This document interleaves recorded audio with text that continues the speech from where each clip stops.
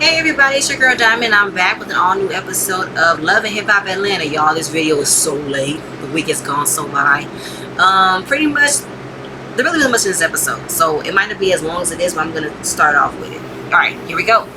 So we saw off in the episode of Erica doing a maternity photo shoot to make sure to feel good by herself, because Erica Mena is beautiful pregnant. When she was pregnant with Sapphire, she looked so beautiful and so confident.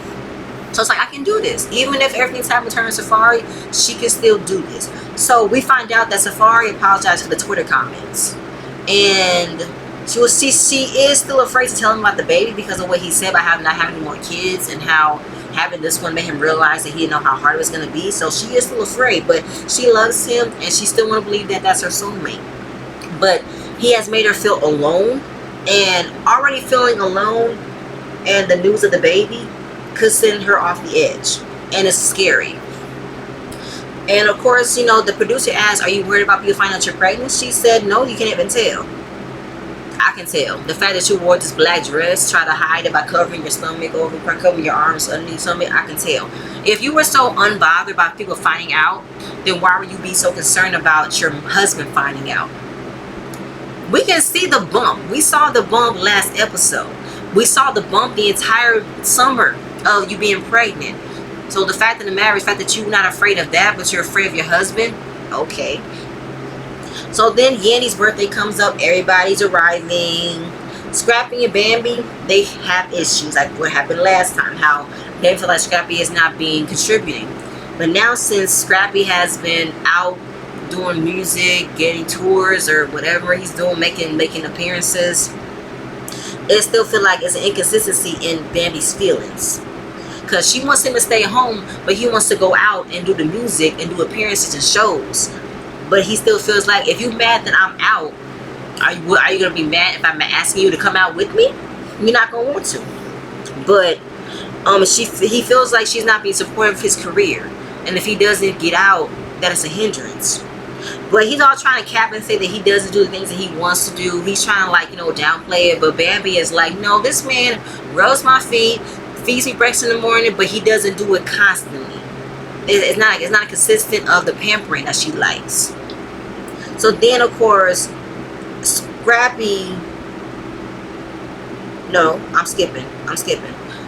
So then we segue into Carly. Carly has a restaurant. I didn't know she had one. So they're talking about Lamar Odom. Oh wait, no, I'm going ahead. In the midst of that, Kamar, Carly and Lamar pulls up as if we don't know who the hell that is. It's no surprise. Every new season, Carly got a new man that everybody else know or don't know. So Yandy is surprised by the Rolls Royce that Mendeece's got her. I remember seeing this post on Instagram, and that's when we saw Lamar and Carly red. So happy. Scrappy and Safari program stage. I don't know what song they played, so I couldn't hear anything, so I didn't say if it was good or bad. I already said that before. So then, of course, Safari and Erica had a really good night out. They looked at each other and felt like it was like old times. And it's like, why are we arguing? This petty argument is not even fun. It's not even cool. So Safari feels like, since he has such a good time going out, that there could be a way for reconciliation for Erica. And having another baby is not a good time. And he's talking about getting a vasectomy. I'm like, okay, Safari, I'm not mad at that at all. Because he said, I want to get adjusted into having the family, but also having the relationship how it was when we did get together. Obviously, it was all like trips and posts and parties with him and Erica. So to have that die down to be a family man is not really settling for him. But I feel like, so far, you have to grow up at some point. So, of course, he feels like, since we already have Sapphire, let's just start from there. Let's get that situated first.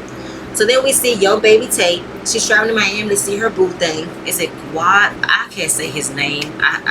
The dude, him. And then she wants to take it to the next level. They've known each other for 2 years, but in the first year, she was in a relationship. But then she broke that off, and they've been talking ever since. So she wants to take it to the next level. So she wants to go on vacation, but she wants to invite him, like a vacation. He said he can't make it because he has to go to his brother's wedding, and he can't change it. She wasn't pressing him, but the way that he answered so quickly and could not give her no other warning, not warning, but no other way of still giving, you know what, when we come back, I would still like to go. or if she like to go for a later time. He didn't give her that answer. He said, I can't go, I can't go. Okay. So then Carly opened up the restaurant, like I said. Then of course talking about her relationship with Lamar, how in her past she's always gotten too fast, moved too fast, and moved to a level of being with somebody who she doesn't even know. So she's trying to come up with a different approach and more understanding to get to know a person before having sex. Okay, Carly. Okay. But as we've seen in the past clips on Instagram, Lamar has been on the Wendy's show and said he's never had sex with Carly. That wasn't a relationship. That was pretty much a storyline. They're friends, of course, but nothing has ever happened. Okay. And then he's still hung up on Chloe. So then we get to Yandy and Mendice. He's playing basketball. Mendice is reflecting on how in the past 4 years of him being in jail, he did not see his kids grow up. He didn't see them playing basketball. He didn't see them, you know, doing the things that he would want to do on a daily basis. To have them play, have fun. So then we segue into Infinity, the girl that Yandy adopted before Mendice went to jail.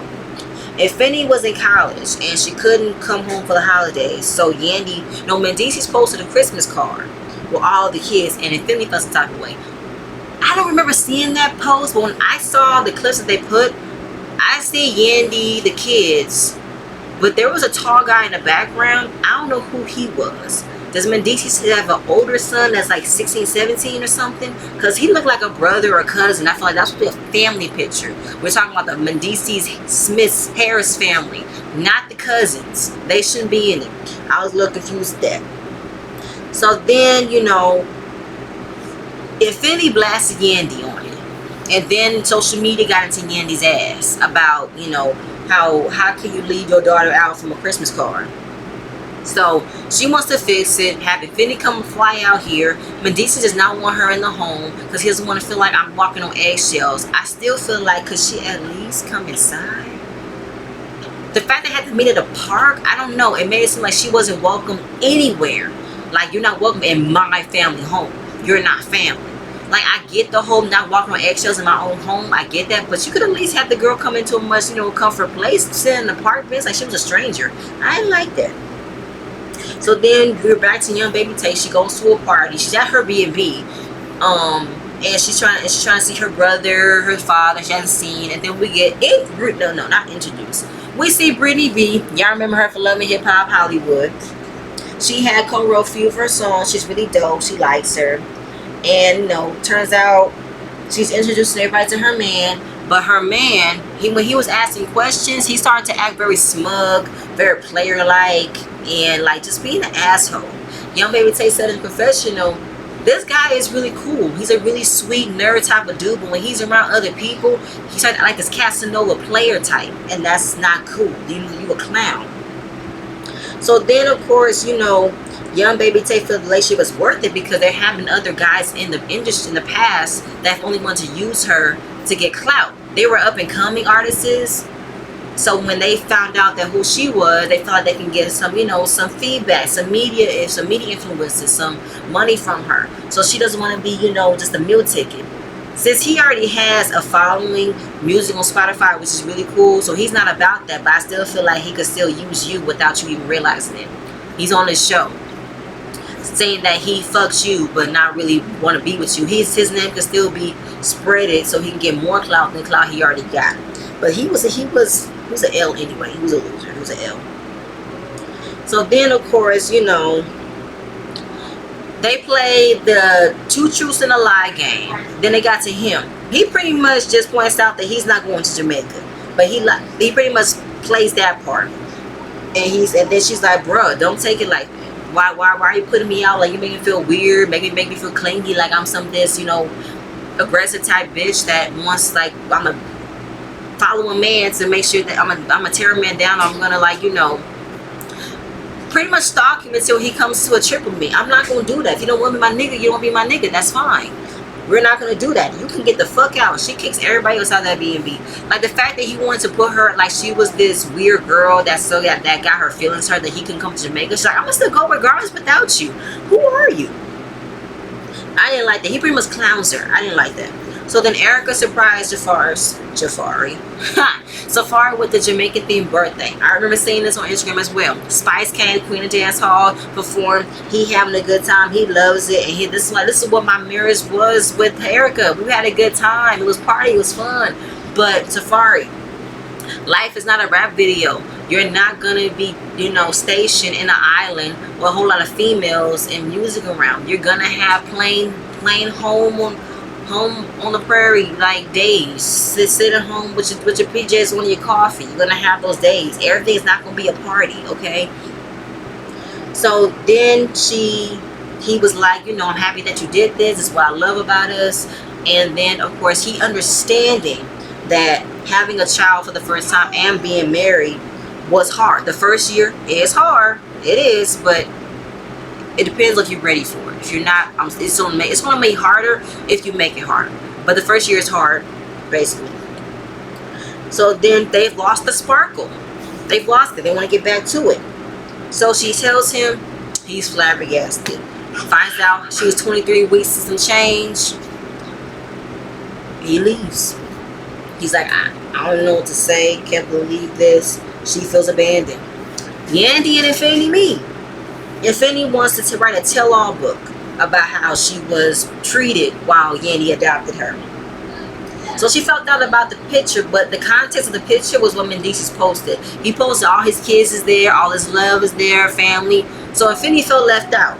I can understand why she felt left out, because since she wasn't his biological daughter, you still could look at me as a family member. Yandy did adopt her for the last 4 years. She adopted him when she was 15 or 14, very young.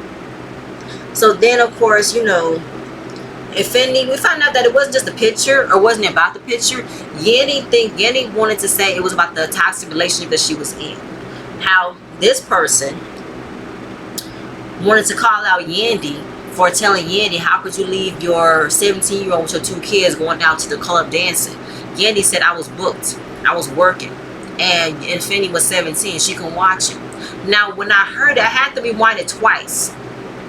I'm like, Hotel, don't you have family members who can watch your kids, Yandy? Besides Infinity? Like, I'm not saying it's not uncalled for that you have like a 18-year-old watching your siblings. I'm not, because I've done that before. But I don't know how else to feel about that. But the story that could have been said, it could have been leaked like Yandy's being an absentee parent while partying, and Melissa's in jail, and she's leaving all the responsibilities to a 17-year-old kid. That's how it could have been spun. But they said if you was to come back, you can come back without this person. This person is toxic, and he's going to drag our family to the mud and take away everything that we've ever had. So Infinity was like, so if what I did, was I deserving to go sit back to my grandmother? Was deserving? She said, yes, it was. I felt like Yandy does not want to be associated with anything that is scrutinized to what she's already been trying to do, which is the whole activism thing. She did her activism, trying to get the heat turned on the prison, the whole Breonna Taylor movement, everything that she has been doing. So she doesn't want to smear them by having anything tarnish her name. Again, like I said in the beginning, I'm not mad that Yandy is doing this for the people. I'm not. But when it came down to her adopting Infinity, I was like, was Kimbella right? I'm not saying it was out of nowhere that you couldn't have adopted a teenager, but the way that she did it connected with Medici's going to jail. She needed something to do, so she did that. So I don't know. I'm 2 ways. Is Yandy trying to distance herself from doing that and trying to keep the family that she was already developing with Mendices, with her 2 kids and him and Lil Mendices and the other Lil Mendices? She doesn't want nothing associated with what she did and leaving Infinity. Like, you introduced Infinity to this life. You did. All the lace fronts, celebrity life, you introduced it to her. So you took it away from her as if she was on there for a short time until Mendices came home. But I do understand, like, I introduced you to my home, to my kids. You would think you would do better by not going back to what you tried to, like, leave behind. Do better. I left you out. I took you out of a bad situation so you can live a better life. But you went back there. But she's 17. She makes mistakes. It's nothing wrong with that. I'm pretty sure you have. So, like I said, I'm 2 and 2. I'm 2 and 2. Y'all let me know in the comments if I'm thinking differently, or just tell me how it was so I can understand. But that's all I got. I ain't got no more to give. Like I said, this episode wasn't really much, so we'll see if the season's gonna pick up or not. But let me know. Please like and share and subscribe if you like my content. I'll see you guys in the next one. Bye.